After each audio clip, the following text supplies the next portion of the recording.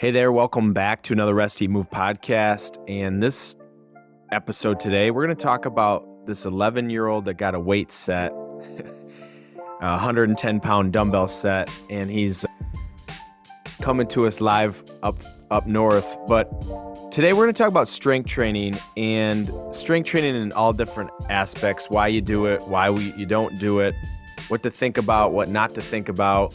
We'll add some flavor and some things to think about, whether you strength train every day or you haven't strength trained in your life. I think we both agree that strength training is the fountain of youth. And you may be saying, what does that even mean? Well, what it means is we have this ability to adapt and evolve the body, and strength training is a form of doing that, whether it's your bones or your muscles or your connective tissue. We'll talk about the 3 R's today: rate, range, and resistance. But we're going to dive in all things strength training. Several weeks back, we talked about cardio. We talked about periodization, the 89-day training protocol. I'm in the second month of that.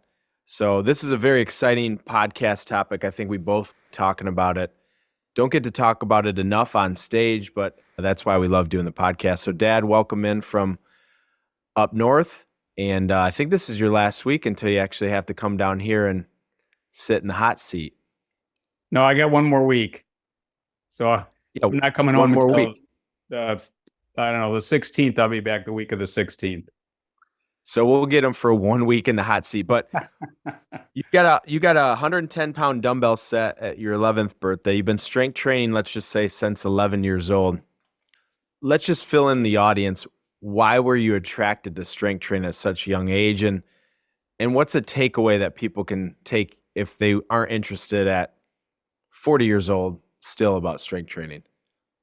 As you mentioned, for my 11th birthday, I was given a 110-pound dumbbell or barbell set, and I still have some of the dumbbells today that were gold. They're painted gold, and as you've seen them before, who gives their 11-year-old? But I was always interested in muscles. Think about that. I'll be 67 in the fall, and I was always fascinated by muscles. And I remember when we went to Luton School, in elementary school, before school would start, we had a monkey bar, and we would do pull-ups. And we all line up and we do pull-ups. And then they had the Presidential Physical Fitness Award. And so I was always interested in that kind of stuff. And then as time went on, I would say probably more towards, getting closer to high school. A really close friend of mine, Denny Hilliard, really started getting me and thinking about more of this. Denny was a couple years older. We would go over and started the first Nautilus when we were in high school. And then when I was in college, I took a barbell set to school in the apartment. And so I got all my buddies strength training in the apartment. And then one thing led to another, got into bodybuilding in the early 80s. And it's just been a passion and for training. And it's a big thing what we promote and teach because we believe so much in it. And as you mentioned, it's the fountain of youth. So yeah, I'm a huge fan of it. I did some lower body strength training today and some core, pretty much do it almost every day. It's a big part of my life. And I've seen major benefits with not only myself, hundreds and hundreds of people I've worked with over the years. So in the first part of the book, when you're talking about strength training, chapter 27, page 249, you say even people in their 80s and 90s can improve their strength, mobility, balance, flexibility, bone density with strength training. Talk through that, because I think a lot of people talk about those things. I want to improve balance. I want to improve bone density. I want to improve strength. I want to improve flexibility, mobility. They say those things. We hear those things a lot, but very rarely are we talking about how to do it with strength training. So it's, I want this, but I haven't even thought of what I need to do. So if I'm a 70-year-old woman and my balance is horrendous, when she goes to the doctor, when she's talking to a nurse, or when she's talking to her family members, I don't think that's a discussion saying, we got to get you strength training. Talk about why that's the missing piece for the fountain of youth. A lot of people are strength training more than ever before in some categories, but also there's a huge opportunity to do more strength training and look at it differently. I think a lot of people are not even aware. We did the last podcast, what you don't know type thing. But if I was in a medical situation where we had therapists or whatever, primary care doctors, that would be the door that they'd have to knock on because the benefits are extraordinary. We talk a lot about balance as we age, but strength is balance. Balance is strength. And so when I work with people, if you don't have the strength and you trip or whatever it might be, which we all can do, you want to have that strength to recover. And so I think that's what we're missing out there right now. And bone, we talk about bone density. So many women, they come see me and they're like osteopenia or whatever it is, and they're taking Fosamax or some type of bone med. I'm like, wait a minute. Understand how bones work. It's alive. It's live. You have to put adaptation to it. Muscles, connective tissue, nervous system, proprioceptors. Strength training does all those things. And that's what we talk about. It's the fountain of youth as we age. I tell all my clients, once you hit the age 50, it's not an option anymore. You all need to be doing strength training, ideally earlier than that, but definitely as you get older, because it is the fountain of youth. And it doesn't have to be barbells and dumbbells and kettlebells and machines and going to the gym. It could be just handling your own body weight. So that's why we get so passionate about it as we age, 80, 90, or whatever it might be. And we've seen the studies are one after another that show the huge benefits of strength training. So that's why if you're 50 and over, listen to this podcast, it should be probably your next frontier. And then from there, we start asking questions about what you're currently doing. And we can go into that a little bit if you'd like. So if you're so many people trip and fall, balance is a big problem. Doesn't really matter age. People struggle with balance, but the bigger issue isn't necessarily always the balance. You can improve that, but if you don't have the strength to handle that trip or getting out of balance, that's where people break their limbs, or that's where people have some issues. And you want to have more resiliency or capacity, and that's why strength training can help. And on top of that, it can improve balance from what I'm hearing you say. Yeah, and again, that's where we begin and say, okay, we want to have that. I went water skiing the other day and I was getting a little spunky, and I went over the wake a little bit too quickly and I almost bit it. Again, I recovered, and not saying I will always recover, but whether it's snow skiing or playing pickleball or whatever it might be, that's where the strength training comes in. And then, as you mentioned, the capacity and the performance and all the stuff comes with it. But just overall pure health, it should be on everybody's docket. But I think some people have never done it, or people that are currently doing it, they get injured. And so there's amazing amount of benefits, but that's the reason we did the podcast today. We're going to talk about some of the things you should be doing if you decide you want to strength train. Okay, let's talk about the 3 R's. I think it's a good spot to begin, as people are in all different aspects, but I don't know, this is something that has really stuck with me, that I would say it's an area that I didn't pay attention to in college or in my 20s or even early 30s. It was more just the last R, which we'll get into. The 3 R's, range, and I think they do go in this sequence, and correct me if you think different, but range, rate, resistance. I would say for me, it was always resistance, probably rate and range blurred together, but I wasn't focused on either one. Maybe it was mostly the rate on the concentric movement part of the strength training. But talk about the 3 R's.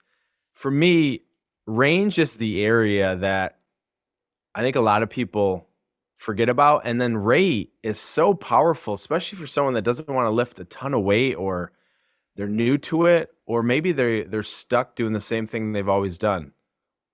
Again, I think the very beginning, when I sit down with people and we talk about their current fitness programs and what they want to do, the first thing I ask them, do you have any space in your plan?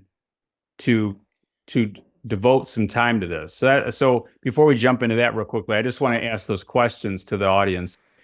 Do you have space to do this? And then the next question they're asking me, well, how much space do I need? I said, we need about 10 minutes to 30 minutes, a handful of times a week, depending on how much you want. And then from there, you start asking, well, what's your current fitness level?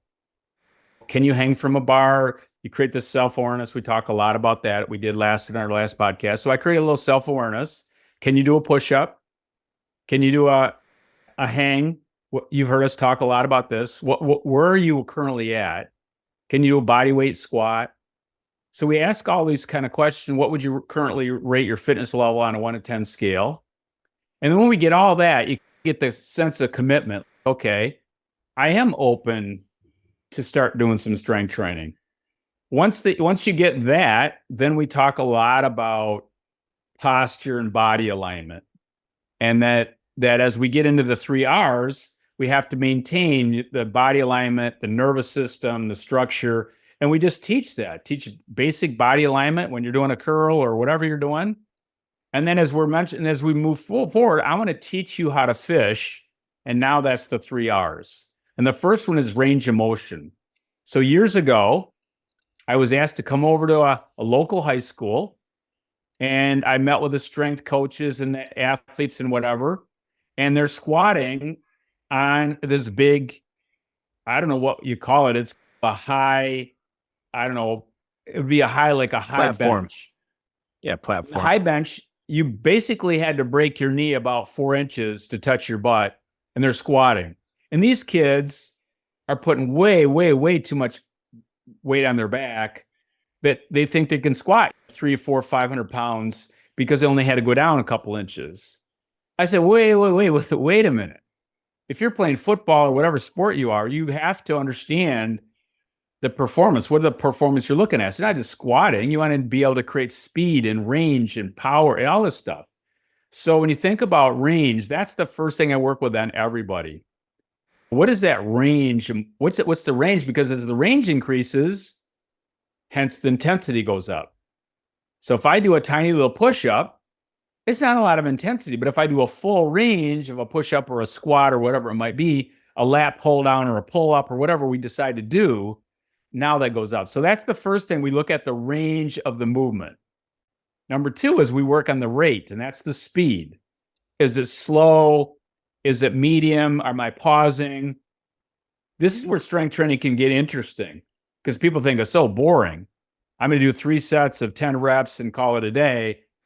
There's a lot to. So now we've changed the intensity by changing the rate, fast, slow, medium, pausing. And then the last one is resistance, which everybody always wants to know. How much weight should I push? It depends on your range. It depends on your rate or your speed. So now they get a feel of now I'm learning how to strength train, that it's a Rubik's Cube. I'm never bored because now I put adaptations and I'm not getting hurt, but I'm actually performing better. So I think that's the thing. We all make those mistakes way back in the day. How much can you bench? How much can you squat? Was it a tiny little movement? Whatever it might be.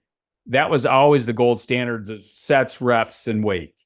Now it's, okay, let's talk about performance and injuries. And you heard this, and again, we talked about this in the Olympics, soft tissue conditioning. So that's where the whole 3 hours comes in. Once you understand this, then the sky opens up of what the possibilities are in your workout. So when you think about strength training, let's kind of reroute. I love the range, rate, and resistance. I think it's something that not particularly someone that would just be starting out, that you would have that conversation because you're going to teach them some basic movement patterns. We're not going to get so focused into the full range of motion or the rate. They're not really paying attention. But if you're a seasoned strength trainer, I would challenge you on having some self-awareness of what is your range. Are you stopping short of where you think you're going? That's why I like mirrors. Is your weight too heavy to get into some positions that are uncomfortable? I think about my shoulders. My shoulders are very weak out in space. I never really train my shoulders out in space. I train them real close to my body to create that explosion and use momentum to get out in that space. But imagine if I held weights out straight out, that's a whole different range of motion and probably not going to handle the resistance that I could if they're close to my body. But I think about strength training for a couple different things. If you're strength training for purely, I want to get as big as a mountain, or I want to be as powerful and push as much weight, that's a very specific outcome. And I would challenge most people that are thinking that way, unless you're like competing, to think maybe a little bit differently, because the body's not meant to do that over and over and over again. But I think a couple lessons from some of the best athletes over the last couple of years that have gone into their 40s, Tom Brady and LeBron James, the way they think about strength training and fitness and exercise has, I think, transcended all professional sports. But they're thinking about longevity. And even if you're not a professional athlete, I think strength training to me is a longevity conversation that we're having today. We're not talking about powerlifting. We're not talking about winning CrossFit competitions, but it leads from longevity to health. Talk to the listener about why maybe just paying attention to resistance or how much weight should you push is going to come back and make things a lot harder down the road. So we talk about easy and then hard. If we forget about range and don't pay attention to rate and only focus on resistance, why does that make longevity and health a harder thing down the road when it comes to strength training? You've seen a lot of these people that pushed a lot of weight at a young age, were as big as a mountain, and I think you'd say many of those people don't have the longevity and health that they could have at 60, 70 years old today. Yeah, I had a guy years ago held the state record in the bench press and for his age group. And he came to see me because he was getting injured all the time. And so we started working on creating a little more balance in his workout. He did very little back type movements. He didn't have the range. We worked on a lot of flexibility, mobility. We worked on scapular retraction. And it took him about a year and a half, but a year and a half later, injury free, he won the state bench press contest, but he learned how to strength train again. He was a powerful guy, but he was always getting injured because he had too much upper crust syndrome. He was too rounded and all the rotator cuffs were jammed up, and it was just a matter of time. So when you think about longevity, that's why we call it the fount of youth, because if you constantly get injured, you got to step back and say, wait a minute, am I handling too much weight? I haven't done a barbell bench press or a barbell on my back for a squat in years. It's been 20 plus years. I still add resistance, but now I'm much smarter about the resistance because I'm really working on my range and my rate and whatever. I could take a dumbbell and take that dumbbell down and pause, because I always tell people, if you turn the lights off in the gym, the body has no idea what resistance is. It doesn't know that it's 10 pounds or 50 pounds or 100 pounds. It just knows that it has to adapt. So that's the key when we talk about training. The body doesn't matter whether it's body weight, bands, dumbbells, machines. It just knows it has to adapt. And that's what you're trying to do. You're trying to put a progressive adaptation that the body can handle. And then over time, again, with the right progressions, that's the key for longevity, performance, and staying injury free. And that's what I see with a lot of people over the years. They get out of strength training because they train the same exact way they did when they're in their 20s, same type of resistance. Reality is you just have to be smart about it and learn how to. It's a learned art, in my opinion. And as you mentioned, when I get new clients, I start them out really basic. Let's just pick 3 lower body and maybe 3 upper body exercises with good technique, and a couple sets, 8, 10 reps. Make it simple. But as time goes on, this is where it becomes very interesting. And that's why, when I get people that are really interested in this, it's like learning how to golf. There's so many layers and so many levels that they start realizing, now there's a lot to this if you want to go down. And not everybody's interested in that, but if you can give them the basics, again, they're going to see the changes and and results of the powerful strength training. I was playing pickleball the other day up here, and now I get to know some of these folks, and they're asking me like, "Hey, what kind of strength training exercises should I be doing for pickleball?" And away we went. So anyway, there's lots of reasons why you want to be strength training to help you age well. Wouldn't you say, especially since Tom Brady has come out with the way that he trains and LeBron and even the way they look, that one of the things you can take away from both of them is there's much more emphasis on range of motion over resistance? Well, yeah, I see, that's why I see, like, I remember years ago, Big Ten, I was asked to in the Big Ten, because we're Michigan State, and I was asked to come and do this presentation on strength training with bands for all the strength coaches. This is 100 years ago. And the pushback was, it's not measurable. They can't measure the weight. They can't measure the force. They can't measure. And I'm like, you don't have to measure. You just know it's working. You put a band in your hand and you exercises, you feel the adaptation. Now, do you yeah, you'll measure it in performance and injury free and on and on and on. And not, as time went on, everybody's using bands, including LeBron and Tom Brady, and the list goes on. So there's lots of ways. Like when we do shoulder training, I tell people one of the easiest, safest things to do is use bands for training, because you don't have that huge strength curve. It's more consistent. It's portable. It's not gonna, you drop it on your foot, you're gonna be good. So I think that's where the emphasis now moving is like, how can I get stronger, staying injury free, have better performance? Because that's what it gets down to. And by the way, when people talk about bodybuilding, everybody wants to be a bodybuilder. What I mean by that is they want to look better. So you can look better, feel better, perform better, all these kind of things. And I think that's, as you mentioned, that's more the emphasis today. You're seeing that different type of look versus just the bulky bodybuilding look. If you like sports, all sports, male, female, but you're seeing a more longer, leaner, agile, flexible, mobile, less injury person. You're just seeing it. You think of some of the defensive ends, the best in pro football, they're very long and lean, and they're powerful. They have enough weight, but they're not going to be injured. They're not going to feel maybe as slowed down. I was watching Novak play the first round yesterday, a U.S. Open. The fact that he's playing with a meniscus tear a couple months ago, but he's warming up with bands. So he doesn't have barbells in there. He's warming up with the band to create that resistance and that motion. And yeah, I think it's a really powerful thing. It's something that I was never taught in school, to think through it in that framework. You talk about range of motion, you talk about rate, you talk about resistance a lot.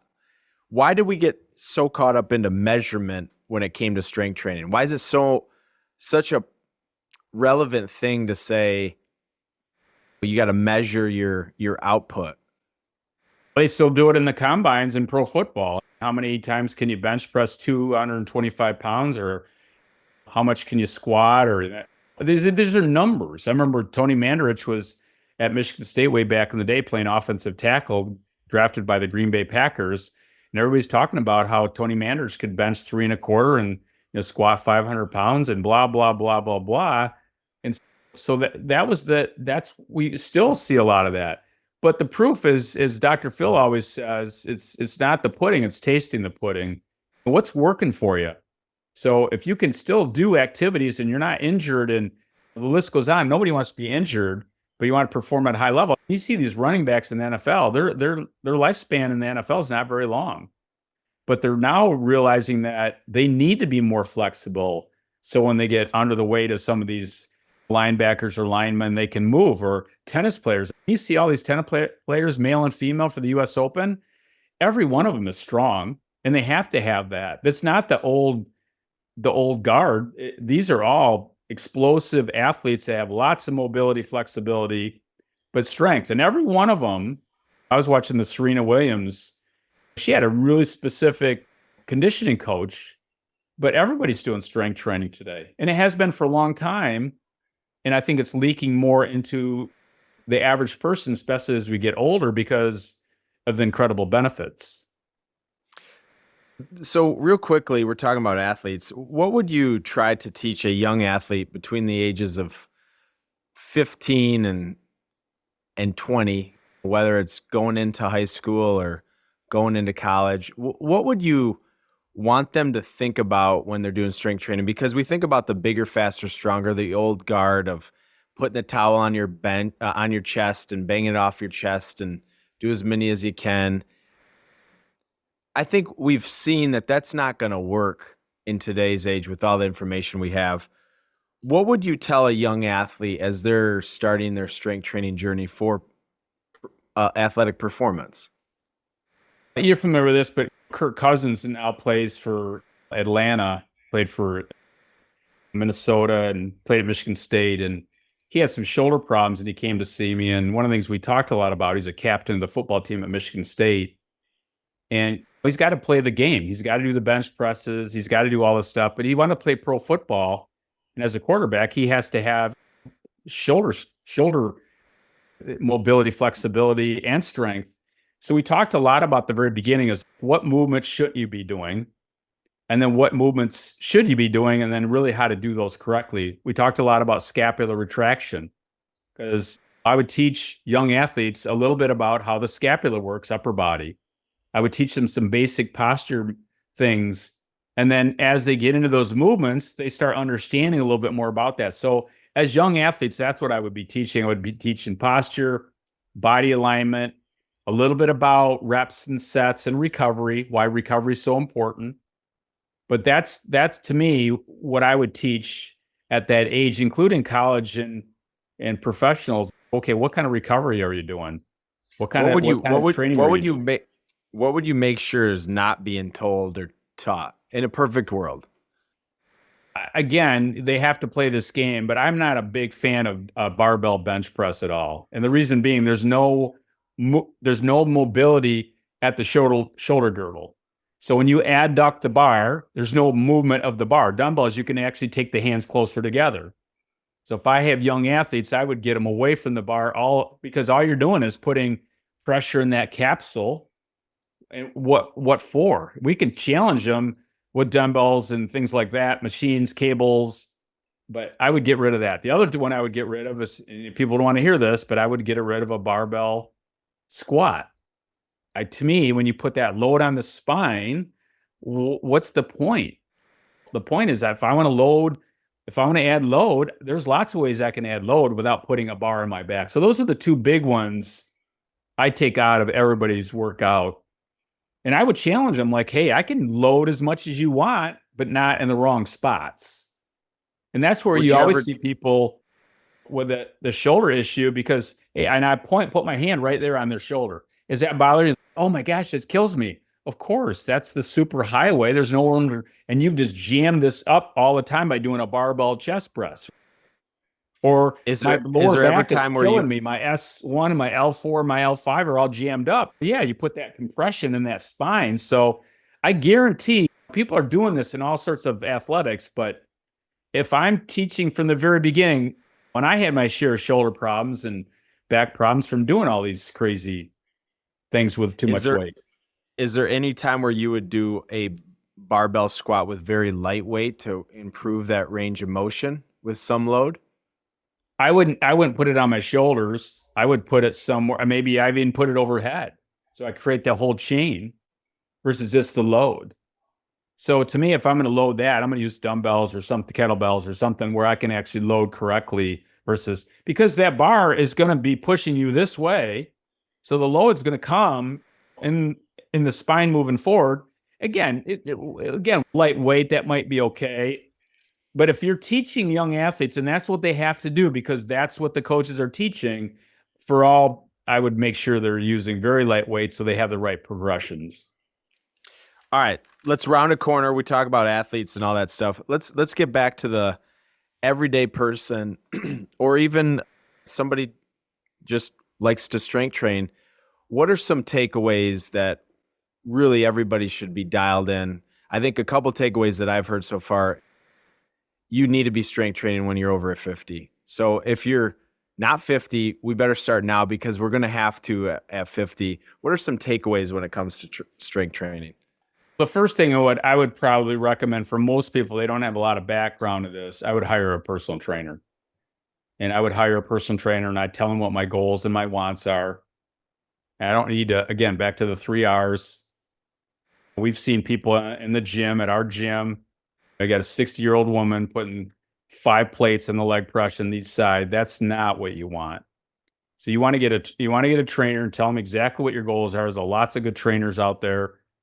And then have them. I want to work on my posture and my body alignment. I want to be injury free. Tell them exactly what you want. I don't care about how much resistance I'm putting. So that would be number one. Number two, if you're already strength training, I would really look at your technique. I like what you said earlier. I'm a big fan of using mirrors because I really like to look at your alignment and posture. It's no different in golf. If again, you see the looking back at it. And then I would really try to design a routine to start with that you can repeat. Not have a new, like I was talking to a guy the other day, consultant, and he's doing a new strength training routine every month. I'm like, no, you want to have a routine that you can see what's working and not working and do it regularly enough, and then to change your 3 R's. So start out with some really basic lower body exercises, a body weight squat. I did wall squats today where I'm actually moving up and down the wall. I do lateral lunges, really simple. You can do them supported. I can do a step back, not a lunge, but a step back. Upper body, learning how to do a push-up correctly with the scapular retraction. Could be modified, could be somewhere in between. It could be a full-blown push-up. And then maybe from there, we move into some bands and dumbbell training. We ask, what equipment do you want? What do you need? Most people need dumbbells. They need a bench. They need some bands, maybe a Swiss ball. You don't need a whole lot of equipment to get going. A lot of it would be body weight. When I do big groups, I don't have any equipment. I just use all body weight. But once you get that instruction, Tracy Marino always talks about this, create a nice environment that you want to move your body if you're not going to a gym. So find a nice environment, not in the basement with no windows. Find a little space you have, your equipment, create that mood, and then start systematically. Maybe one day you do upper body, one day you lower body. Warm up. We've done all this stuff before on our podcast. But that's really how you begin. And they're really set. Once you get going there, then from there, the Rusty Move book has a lot. Our podcast, we have videos. But I see so many people out there. Like I said, this pickleball crowd. I asked them the other day, there was 8 of them. How many of you are strength training? Because they asked me. And I'm not one of them. I said, all of you guys need to strength train.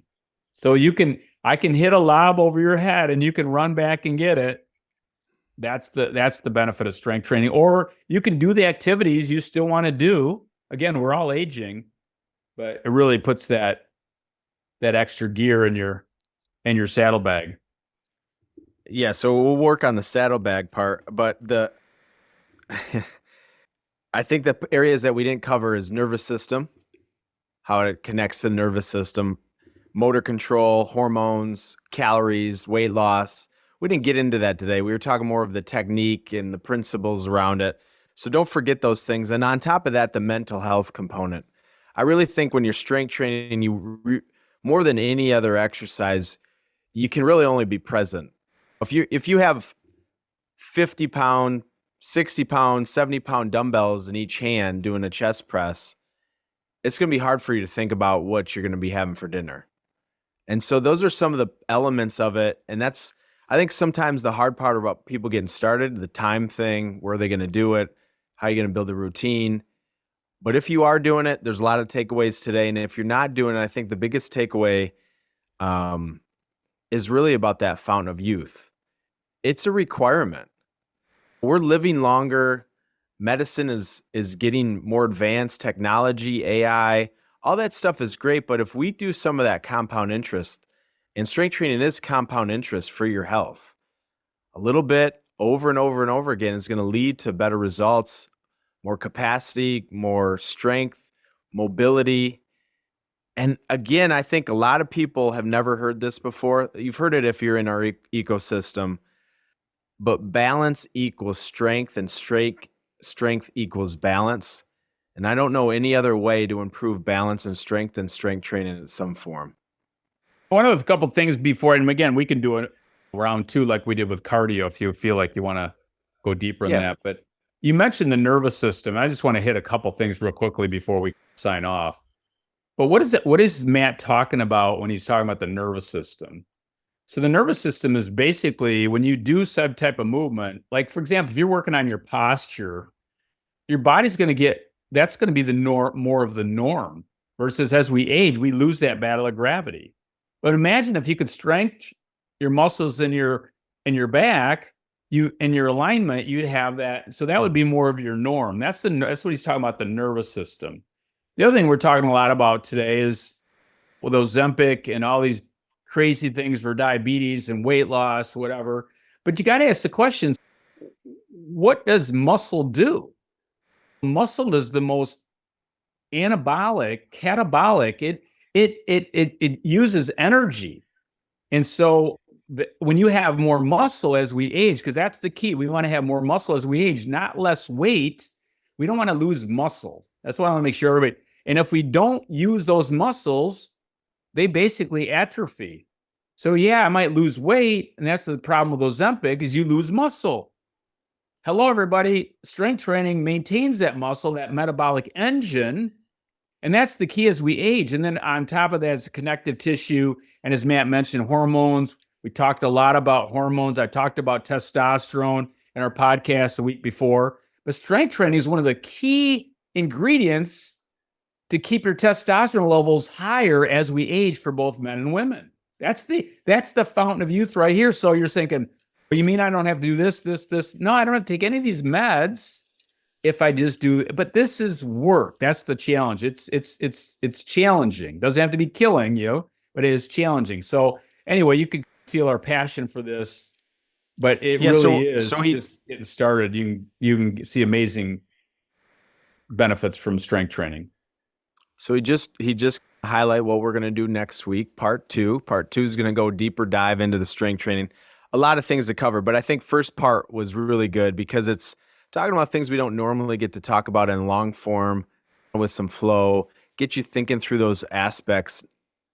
I'm going to summarize it with one sentence. We all need to strength train. So whether you say or have the excuse or the but is really long, but I got to do this, or but I don't know how to do this, or I'll hire a trainer later. You have to strength train. There's the evidence is there, the science is there. So at the end of the day, the question is, where are you going to find the time? What are you going to do? Part two, that's what we're going to do next week. Part two, what we'll do is we'll dive into hormones. We'll dive into the nervous system. We'll dive into those key benefits to maybe even add some more fuel into your why. Why do you need to strength train? Why is it important? Why is it the fountain of youth? What does it have to do with brain health? What does it have to do with mental health? What does it have to do with your gut health and your skin and your digestion? It goes on and on and on. The body is not one aspect. It's not just muscle. It's not just bone. There's tissue, there's hormones, there's fluid. All those things, we'll wrap that into part two.